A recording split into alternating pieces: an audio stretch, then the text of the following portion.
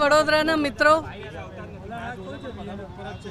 છેલ્લી 5 મિનિટ સુધી ભારતીય જનતા પાર્ટીની હું સક્રિય અને સનિષ્ઠ કાર્યકર્તા અને અત્યારે આ મિનિટે મને સસ્પેન્ડ કરવાનું એવું તમે મને જણાવો છો. શક્ય છે એવું હોય, પરંતુ છેલ્લા થોડા દિવસની આખી જે ઘટનાક્રમ થઈ એમાં મારું જમી રહેવું કે છે. થોડા દિવસ પહેલાં આદરણીય મુખ્યમંત્રી શ્રી આપણા શહેરમાં આવ્યા, વડોદરા શહેરના વિકાસની વાત કરી. ગઈકાલે પણ આપ સૌની સમક્ષ આદરણીય પ્રદેશ અધ્યક્ષ સી આર પાટીલ સાહેબની સામે વિકાસની વાત થઈ અને આપણે બધાય પણ વિકાસ ઝંખીએ છીએ વડોદરા તરીકે. વડોદરાનો વિકાસ અને આદરણીય મોદીજી એ મારા આદર્શ છે, મારા ગુરુ છે. રાજકીય રીતે હું એમને હંમેશા માનું છું અને નમન કરું છું. મોદી સાહેબ જેમની વિકાસની પરિભાષા છે, બાજુમાં સુરત, આ બાજુ અમદાવાદ, બધે આપણે જોઈ રહ્યા છીએ. હું પણ વડોદરા શહેરની મેયર તરીકે મેં જોયું છે. તો ક્યાં એક વારાણસીનો આપણો વિકાસ જુઓ, ક્યાં આપણા વડોદરાની વાત. અને અમારા ગઈકાલે ત્રીજી વખત બેન રંજનબેનને ફરી એકવાર ભારતીય જનતા પાર્ટીની ટિકિટ જાહેર થઈ છે. મહિલા તરીકે હંમેશા છેલ્લા 10 વર્ષથી એ પોતે સાંસદ છે, એમનું સન્માન કરીને ઇવન ગઈકાલે સાંજે પણ શ્રી રામનો પટ્ટો પહેરાવીને મેં એમને આદર આપ્યું છે. હું પાર્ટીનું સન્માન કરું છું, પણ આખી રાત અને અત્યાર સુધી મારો માયલો, મારી જમીર મને એવું કહે છે કે મારી પાર્ટીને જો માનનીય મોદીજી સુધી વાત ન પહોંચતી હોય, માનનીય અધ્યક્ષજી પ્રદેશ સુધી કે ઉપર સુધી વાત ન પહોંચતી હોય, તો આમે પાર્ટીમાં જો અમારા જેવા કેડર બેઝ કાર્યકર્તાઓ દુઃખી છે અને મને જે રીતના વાત કરી રહ્યા છે છેલ્લા ઘણા વખતથી, તો મારે પોતાને મારું જમીર એવું કહે છે કે મને મારા વડોદરાવાસીઓ જે કહે એ જ મારે કરવું જોઈએ. અને પાર્ટી અને આપ સૌ જાણો છો કે છેલ્લા ઘણા વખતથી વિકાસ માટેની જે મૂડી જોઈએ એમાંથી ઘણી બધી મૂડી ક્યાં જતી રહે છે અને હું એ બાબતે દુઃખી છું. અને એટલા માટે આપ સૌ સમક્ષ વિકાસની મૂડી એટલે ભ્રષ્ટાચારની વાત કરો છો. હું એમ કહેવા માંગુ છું કે જ્યાં જ્યાં પણ જે લોકોએ જે કર્યું છે, આપ સૌ ઇન્વેસ્ટિગેશન જર્નાલિઝમના લોકો છો, તમે સારી રીતે શોધી કાઢશો. હું પોતે વિચારધારાની દૃષ્ટિએ ભારતીય જનતા પાર્ટીની વરેલી સનિષ્ઠ કાર્યકર્તા છું. રાષ્ટ્રીય ઉપાધ્યક્ષ છું મહિલા મોરચાની. પ્રવક્તા તરીકે પણ અત્યારે મધ્ય ઝોનની વાત કરું છું. પીસી લેવા હમણાં જ ગયા અઠવાડિયે હું મહીસાગર ગઈ હતી. અને સાથે સાથે અધ્યક્ષજી કે કોઈના તરફે મને નારાજગી નથી. અમારા મોદી સાહેબ મારા આદર્શ છે. ફરી એકવાર કહું, અમિતભાઈ, કે કોઈના તરફ મારી નારાજગી નથી, પરંતુ આ બેનને ત્રીજી તમ ટિકિટ આપવામાં એવી તે કઈ અનિવાર્યતા છે? એવું તો તમને વડોદરા પાસે શું જોઈએ છે કે તમને આને આ જ જંકો છો? વ્યક્તિ તરીકે as a doctor I am not against anybody else, not a single person, but I want to ask, મારે પૂછવું છે કે એવી કઈ અનિવાર્યતા છે કે ત્રણ ટર્મ સુધી કોઈ સ્ત્રી હઠને આપણે માની લેવી પડે? તો હું એ સ્ત્રી છું, અને મેં 28-30 વર્ષથી ભારતીય જનતા પાર્ટીનું નિષ્ઠાથી કામ કર્યું છે. મારા મેયર કાળ દરમિયાનમાં કોઈ પણ જગ્યાએથી કોઈ પણ કરપ્શન મારે ન કરવું જોઈએ એવી હું માન્યતા લઈને નીકળી અને એ જ વાતને પકડી રાખી. મારે આજે વડોદરા શહેરને જે તમે બધાએ ઝંખો છો એ જ આગ મારા દિલમાં પણ છે. I want to have something, some development in this city and I am the person who is really eligible. હું એલિજિબલ નથી એવું કોઈ મને કહે, મારો બાયોડેટા બતાડું. મારી પબ્લિક લાઈફ છેલ્લા 30 વર્ષથી એકદમ સક્રિય છે. મારી પબ્લિક લાઈફની અંદર મેં પોતે ઇન્ડિપેન્ડન્ટ ડાયરેક્ટર તરીકે કામ કર્યું છે. પાર્ટીની અવગણના કરતાં મારે એક જ વાત પૂછવી છે કે મારું કયું કેલિબર પાર્ટીને મને આગળ કરવામાં નડે છે. આઈ એમ અ પર્સન ઓફ પબ્લિક. હું પબ્લિક ડિબેટમાં તમારી સાથે દરરોજ હોઉં છું, વર્ષોથી હોઉં છું, હજારો ડિબેટ કરું છું. મેં પાર્ટીનું હંમેશા હિતની વાત કરી છે, હંમેશા પાર્ટીની આઈડિયોલોજીને વરીને દટાઈને હું બેસી રહું છું. મારે પ્રેસ કરીને કહેવું પડે કે આ પરિવારવાદ નથી, એમની બહેન તો પોતે ખૂબ સક્રિય કાર્યકર્તા છે. Is this the way I need to protect somebody who is not the eligible person? એવી તો કઈ અનિવાર્યતા છે ભાઈ? સી માય એજ્યુકેશન, સી મારી પોતાનું ડીએનએ ભાજપનું છે. હું અપક્ષમાંથી આવેલી નથી. અધ્યક્ષજી કે કોઈના તરફે મને નારાજગી નથી. અમારા મોદી સાહેબ મારા આદર્શ છે. ફરી એકવાર કહું, અમિતભાઈ કે કોઈના તરફ મારી નારાજગી નથી, પરંતુ આ બેનને ત્રીજી તમ ટિકિટ આપવામાં એવી તે કઈ અનિવાર્યતા છે? એવું તો તમને વડોદરા પાસે શું જોઈએ છે કે તમને આને આ જ જંકો છો? વ્યક્તિ તરીકે as a doctor I am not against anybody else, not a single person, but I want to ask, મારે પૂછવું છે કે એવી કઈ અનિવાર્યતા છે કે ત્રણ ટર્મ સુધી કોઈ સ્ત્રી હઠને આપણે માની લેવી પડે? તો હું એ સ્ત્રી છું,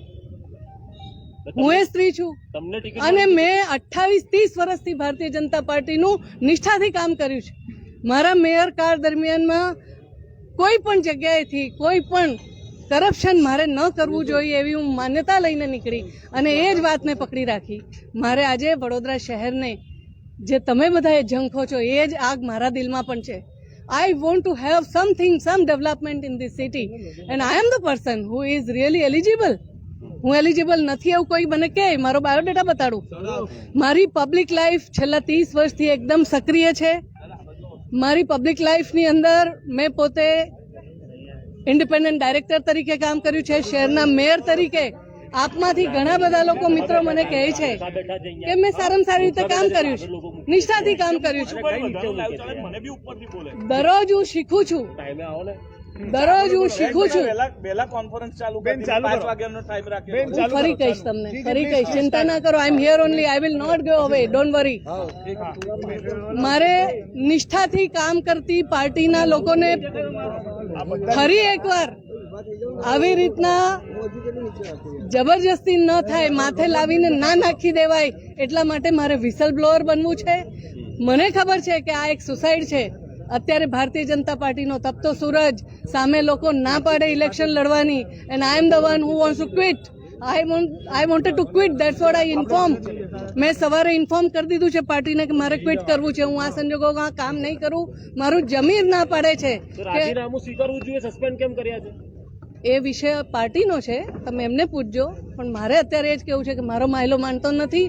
આવનારા સમયમાં મારા વડોદરા શહેરના લોકો મને જે કહેશે એ હું કરવા માટે તત્પર છું. હાઈકમાન્ડે પહેલે મારી પાર્ટી, મારા પ્રદેશ અધ્યક્ષ, મારા મોદી સાહેબ કોઈની મને વિરુદ્ધ નથી.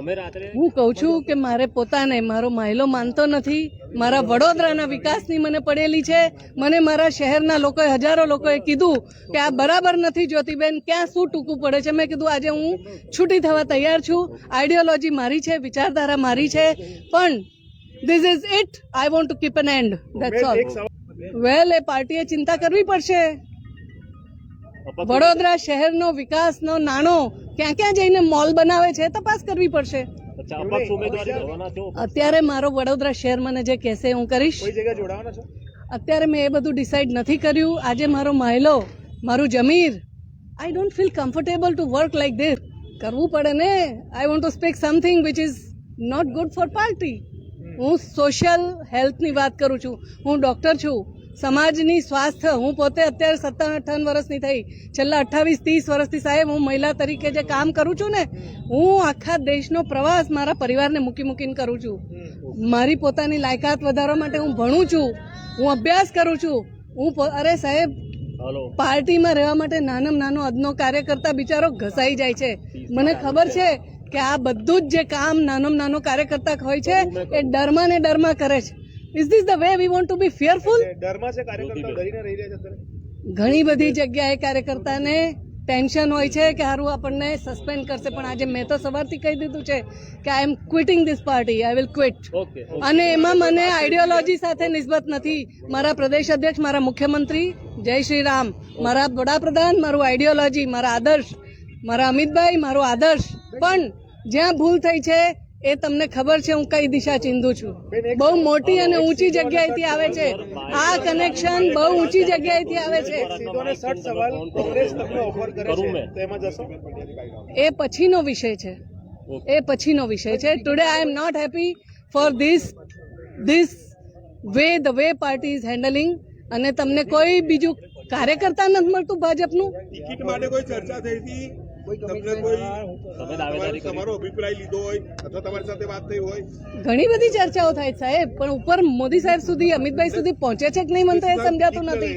અમે લોકો નિષ્ઠાથી વાત કરતા હોય છે, અમારા પાર્ટીના લોકો પણ ચર્ચા કરતા હોય છે, અમારા પાટીલ સાહેબ બી કહેતા જ હશે ઉપર સુધી બધી વાત, પણ આ કેમ નથી પહોંચતું ઉપર સુધી, અથવા તો એવી રીતે કઈ કમ્પલ્ઝન આવી જાય છે, આઈ એમ નોટ શ્યોર.